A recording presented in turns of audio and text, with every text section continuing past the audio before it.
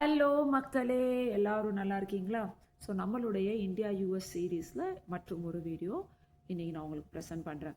இதுக்கு முன்னாடி நம்ம அந்த வீடியோஸில் வந்து நிறைய என்னென்ன எடுத்துகிட்டு வரணும், என்னென்ன எடுத்துகிட்டு வரக்கூடாது அப்படின்ற ஒரு லிஸ்ட்டை வந்து நான் ரெகுலராக உங்களுக்கு ஷேர் பண்ணிகிட்ருக்கேன். இன்றைக்கும் அந்த மாதிரி லிஸ்ட்டு ஷேர் பண்ணுவேன். பட் அதையும் தாண்டி இன்னும் சில பல முக்கியமான தகவல்களையும் உங்களுக்கு நான் வந்து இதில் பகிர போகிறேன். ரொம்ப முக்கியமான விஷயங்கள். அதாவது இந்த மாதிரி வீடியோஸ் நீங்கள் பார்க்கும்போது கண்டிப்பாக லேட்டஸ்டான வீடியோஸை பாருங்கள். ஏன்னா வந்து பழைய வீடியோஸில் நிறைய ரூல்ஸ் வந்து அப்பப்போ அப்கிரேட் ஆகிட்டு சேஞ்ச் ஆகிட்டே இருக்குது. ஸோ அந்த மாதிரி வீடியோஸ் பார்த்து வந்து திணற ஆளில் நான் ஒருத்தர். ஸோ அதனால் அந்த தப்பாக பண்ணாதீங்க. என் வீடியோவே பழசாயிடுச்சுன்னா பார்க்காதீங்க. என் வீடியோ மார்ச் 2026 நான் ரெக்கார்ட் பண்ணிகிட்ருக்கேன். ஸோ இப்போது ரீசெண்டாக வந்த வீடியோ. இனிமேல் ஒரு 2-3 மாதத்துக்கு இந்த வீடியோ கண்டிப்பாக ஹெல்ப்ஃபுல்லாக இருக்கும். 6 மாதம் வரைக்கும் கூட ஹெல்ப்ஃபுல்லாக இருக்கலாம். ஆனால் அதுக்கப்புறம் பார்க்க போகிறீங்க அப்படின்னா தயவு செஞ்சு இந்த வீடியோ பார்க்காதீங்க. லேட்டஸ்ட்டாக வேறு யாராவது போட்டிருப்பாங்க பாருங்கள். ஸோ வந்து இதை சொல்லி நான் இப்போ ஆரம்பிச்சுக்கிறேன். ஸோ நம்ம இதுக்கு முன்னாடி நம்ம வந்து நிறைய விஷயங்கள் நான் ஷேர் பண்ணியிருக்கேன். ஸோ இன்னும் பல விஷயங்களை வந்து நான் லிஸ்ட்டில் இப்போ ஆட் பண்ணுறேன். ஸோ முக்கியமான விஷயங்கள் லிஸ்ட்டில் தயவு செஞ்சு குறிச்சிக்கோங்க. நம்ம பண்ண போகிறது இப்போ நம்ம எடுத்துகிட்டு வர விஷயங்களில் முக்கியமான விஷயம் வந்து கேபின் பேக். அதாவது உங்கள் கூட உங்கள் ஃப்ளைட்டில் உங்கள் கூட ட்ராவல் பண்ண அந்த கேபின் பேக்குக்குள்ளே நீங்கள் என்னென்ன வச்சுக்கணும் அப்படின்றத. கேபின் பேக்கில் தயவு செஞ்சு துணிகளோ இல்லை வந்து ஸ்நாக்ஸோ இல்லை வந்து அந்த மாதிரி விஷயங்களை வச்சு ஸ்டஃப் பண்ணாதீங்க. கேபின் பேக்கில் உங்களுக்கு ரொம்ப முக்கியமான, அது ரொம்ப குட்டியான பை, அதில் ரொம்ப முக்கியமான விஷயங்கள் வைக்க வேண்டியது ரொம்ப ரொம்ப அவசியமான ஒரு விஷயம். ஸோ கேபின் பேக்கில் நீங்கள் வைக்க வேண்டிய முதல் விஷயம் உங்களுடைய all ID cards. Indian ID கார்ட்ஸாக இருந்தாலும் பரவாயில்ல, தயவு செஞ்சு இந்தியன் ஐடி கார்ட்ஸ் எல்லாமே நீங்கள் கேரி பண்ணுங்கள். ஆதார் கார்டு, உங்களுடைய PAN card, Indian driving licence கண்டிப்பாக கேரி பண்ணுங்கள். உங்களுடைய கிரெடிட் கார்ட்ஸ் இதெல்லாமே நீங்கள் கண்டிப்பாக கேரி பண்ணுங்கள். ஏன் அப்படின்னா இப்போ நாங்கள் இந்தியாவிலேருந்து இங்கே வரும்போது நான் அதெல்லாம் எடுத்துகிட்டு வந்ததுக்கப்புறம் தான் இந்த எஸ்ஐஆர் அப்டேட் பண்ணுறதுக்கான ஒரு இன்ஃபர்மேஷன் வந்தது. ஸோ என்கிட்ட அதெல்லாம் இல்லாமல் இருந்ததுன்னா என்னால் என்னுடைய எஸ்ஐஆரை அப்டேட் பண்ணியிருக்க முடியாது. ஸோ கண்டிப்பாக ஒரு சில விஷயங்கள் நமக்கு இந்தியாவில் நடக்கும். ஸோ அந்த மாதிரி தேவைகளுக்கு நம்மளுடைய இந்தியன் ஐடி கார்டு நம்ம கையில் இருக்கிறது ரொம்ப முக்கியமான தேவை. சரியா? நம்மளுடைய ஐடென்டிஃபிகேஷனுக்காகவும் இந்தியன்ஸ் அப்படின்ற ஐடென்டிஃபிகேஷனுக்கான ஒரு பாஸ்போர்ட் தவிர இது வந்து ரொம்ப முக்கியமான விஷயங்கள் கையில் கண்டிப்பாக வச்சுக்கோங்க. இதை தவிர நீங்கள் கொண்டு வர வேண்டியது உங்களுடைய ஸ்கூல் சர்டிஃபிகேட்ஸ். அதாவது சர்டிஃபிகேட்னா உங்களுடைய ஸ்கூலில் வந்து பேச்சு போட்டி, நாடக போட்டி அதில் வாங்கின சர்டிஃபிகேட்லாம் வேணாம்.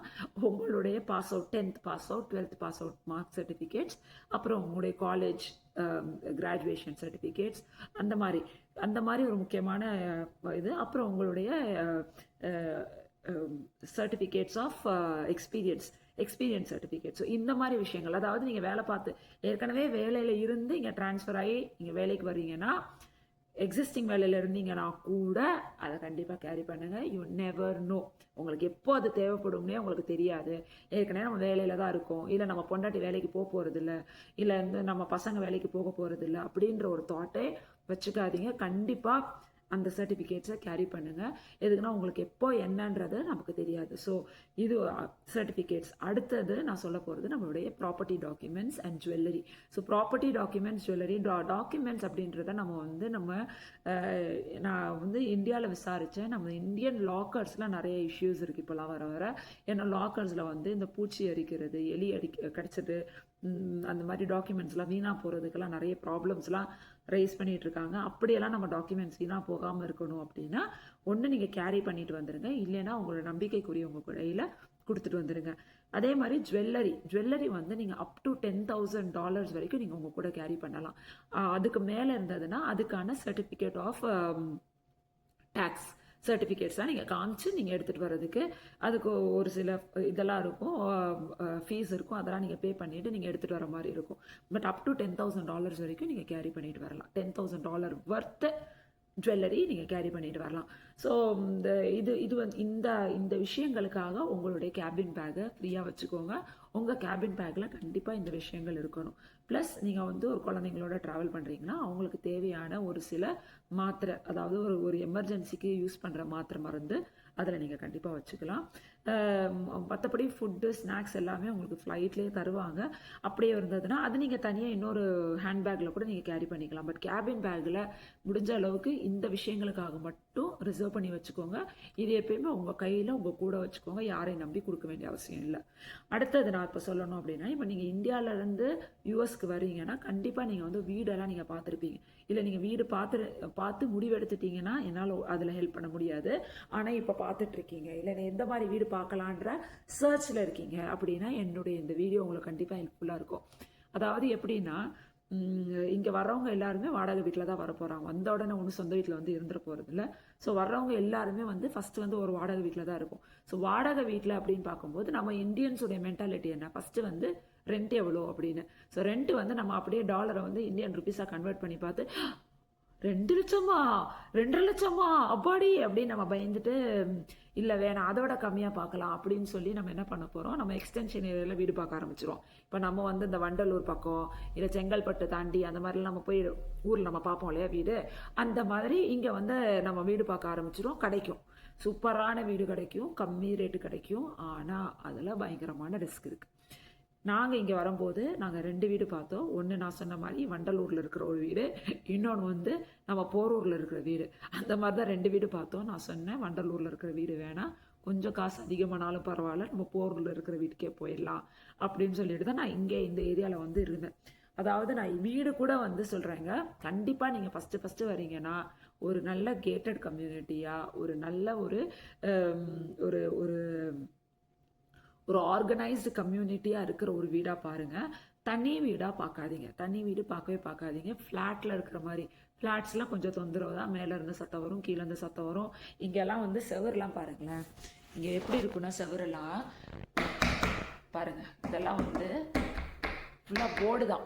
அதாவது இங்கே வந்து வீடு நான் சொல்லியிருக்கேன், நெக்ஸ்ட் டைம் வந்து வீடு கட்டுறதெல்லாம் காமிக்கிறேன்னு. அதாவது ஃபுல்லாகவே வந்து போர்டை வச்சு தாங்க வீடே கட்டுறாங்க.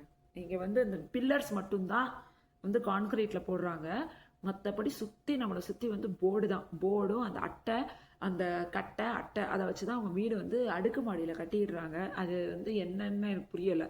ஸோ இந்த மாதிரி வீடு வந்து இப்போ நீங்கள் தனி வீடாக இருந்துட்டீங்க அப்படின்னா அது வந்து உங்களுக்கு வந்து கொஞ்சம் ரிஸ்க் அதிகம். எதுக்குன்னா, தனி வீட்டில் இப்போ ரீசெண்டாக நடந்த ஒரு இன்சிடெண்ட், பல இன்சிடெண்ட் நடந்திருக்கு, அது ஒரு இன்சிடெண்ட் நான் உங்களுக்கு சொல்கிறேன். இந்தியன் ஃபேமிலி ஒருத்தவங்க ஒரு ஒரு ஒரு 1 வீக் வெக்கேஷனுக்காக ஊருக்கு போயிருக்காங்க. அதாவது ஊருனா இப்போ இங்கே வந்தோம்னா நம்ம வந்து கொடைக்கானல் ஊட்டின்னு சுற்றி பார்க்க போவோம் இல்லையா, அதே மாதிரி இங்கே வந்தவங்களும் இந்த மாதிரி வந்து வெக்கேஷனுக்காக கிளம்பி போயிருக்காங்க. ஸோ வெக்கேஷனுக்கு போன உடனே ரிட்டர்ன் வந்து பார்த்துருக்காங்க, அவங்க வீட்டு லாக் உடைஞ்சு அவங்க வந்து அவங்களுடைய பெட்ரூமுடைய லாக், இங்கே லாக்ஸ் எதுவுமே கிடையாது, மெயின் டோருக்கு மட்டும் தான் லாக் இருக்கும். மற்ற எந்த ரூமுக்கும் லாக்கெல்லாம் எதுவுமே இருக்காது, கப்பர்டுக்கு லாக் இருக்காது, பீரோ இருக்காது, சாவி இருக்காது, எதுவுமே கிடையாது. இங்கே மொத்தமாகவே 2 சாவி தான். ஒன்று வந்து வீட்டுக்கு சாவியும், இன்னொன்று வந்து நம்மளுடைய போஸ்ட் பாக்ஸுக்கு சாவி. 2 சாவி தான். நம்ம ஊர்லெல்லாம் கொத்து சாவி வச்சுட்டு திரிவோம். கதவுக்கு லாக் வச்சுருப்போம், ஜன்னலுக்கெல்லாம் லாக் வச்சுருந்தோம், பீரோக்கெல்லாம் லாக் வச்சுருந்தோம். இங்கே எதுவுமே லாக்கே கிடையாதுங்க.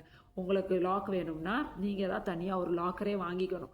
மற்றபடி நீங்கள் வைக்கிற பொருள்லாம் நீங்கள் உங்களுடைய பீரோவில், ஓப்பனான அந்த பீரோவில் வைக்கிறது, இல்லைனா உங்கள் பெட்டிக்குள்ளே வச்சு உங்கள் பெட்டியை லாக் பண்ணிடுவேன்னா சாவியை எடுத்துகிட்டு போகலாம்.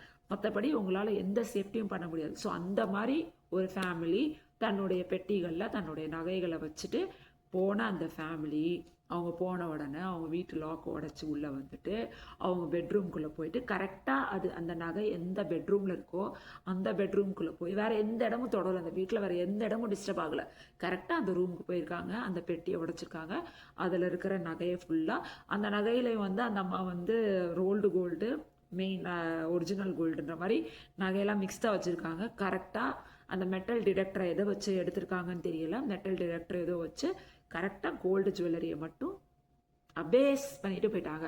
ஸோ வந்து எந்த அளவுக்கு இங்கே சேஃப்டி இல்லை அப்படின்றதுக்கு இது ஒரு உதாரணம். ஸோ வந்து இந்த மாதிரி நிறைய தெஃப்ட் நடக்குது. அதுவும் வந்து நீங்கள் வந்து மெயின், அதாவது இப்போ நம்மளுடைய டவுனுன்னு சொல்லுவோம் பார்த்தீங்களா, இப்போ நம்ம ஊரில் டவுன் ஏரியா அப்படின்னா அந்த ஏரியாலெல்லாம் வந்து இன்னும் மோசம். நம்ம காரில் ஏதாவது வச்சுட்டு போனால் கூட ஒரு நிமிஷம் தூக்கிட்டு போயிடுவாங்க. அங்கே வந்து ரொம்ப ஹை ரிஸ்க்கு. இந்த மாதிரி ஏரியாஸில் வந்து நீங்கள் வந்து தனி வீடாக இருந்தவங்களாம் வாட்ச் பண்ணுவாங்க. அதுவும் மெயினாக இந்தியன் இந்தியன்ஸை தான் வாட்ச் பண்ணுறாங்க. இந்தியன்ஸ் கிட்ட தான் நிறைய நகையும் பணமும் கொலை போயிருக்கு. இங்கே நிறைய இப்போ லேட்டஸ்ட்டாக அது நிறைய அப்டேட்ஸ் வந்துட்டுருக்கு அந்த மாதிரி. ஸோ முடிஞ்ச அளவுக்கு உங்களுடைய நகை பணத்தை ஊரில் வந்து செக்யூர் பண்ணிட்டு வாங்க.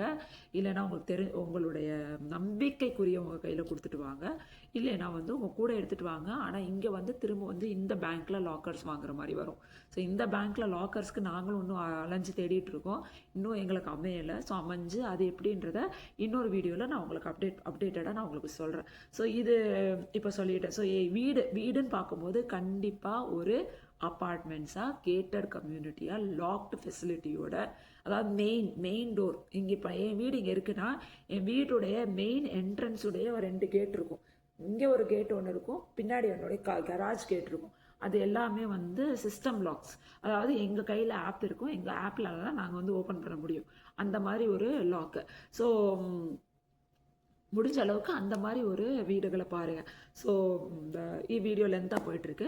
அடுத்த வீடியோவில் இன்னும் பல அப்டேட்ஸோடு நான் உங்களுக்கு வரேன். உங்களுக்கு ஏதாவது டவுட்ஸ் இருந்ததுன்னா எனக்கு சொல்லுங்கள். அதே மாதிரி யூஎஸில் வந்து ஜாப் ஆப்பர்ச்சுனிட்டிஸ் தேடுறவங்க, யூஎஸில் வந்து எஜுகேஷன் ஆப்பர்ச்சுனிட்டிஸ் தேடுறவங்க, யூஎஸில் வந்து யூஎஸ்க்கு எப்படி வரலாம், என்ன படிக்கலாம், என்ன மாதிரி வேலைக்கு போகலாம் அப்படின்ற வந்து நாலேஜ் ஐடியாஸ் தேவைப்படுறவங்க எனக்கு கமெண்ட்ஸ் பண்ணுங்கள். உங்களுக்கெல்லாம் தேவைப்படுதுன்னா கண்டிப்பாக நான் வந்து அதை பற்றி நான் வந்து வீடியோஸ் வந்து நான் கண்டிப்பாக ரிசர்ச் பண்ணி இங்கே இருக்கிறவங்கள்ட்ட விசாரித்து நான் உங்களுக்கு வந்து அந்த மாதிரி வீடியோஸ்லாம் கண்டிப்பாக போடுவேன். என்னுடைய சேனலை சப்ஸ்கிரைப் பண்ணுங்கள். நீங்கள் வந்து சப்ஸ்கிரைப் பண்ணிங்கன்னா தான் யூடியூப் அல்காரிதம் வந்து அப்பப்போ என்னுடைய சேனலில் வர கண்டென்ட்டை உங்களுக்கு கொடுக்கும். ஸோ அதனால் அடுத்த வீடியோவில் நான் உங்களை சந்திக்கிறேன். அது வரைக்கும் நன்றி, வணக்கம். எல்லாரும் பாதுகாப்பாகவும் அமைதியாகவும் அன்பாகவும் இருங்க. யாரும் வெறுக்காதீங்க.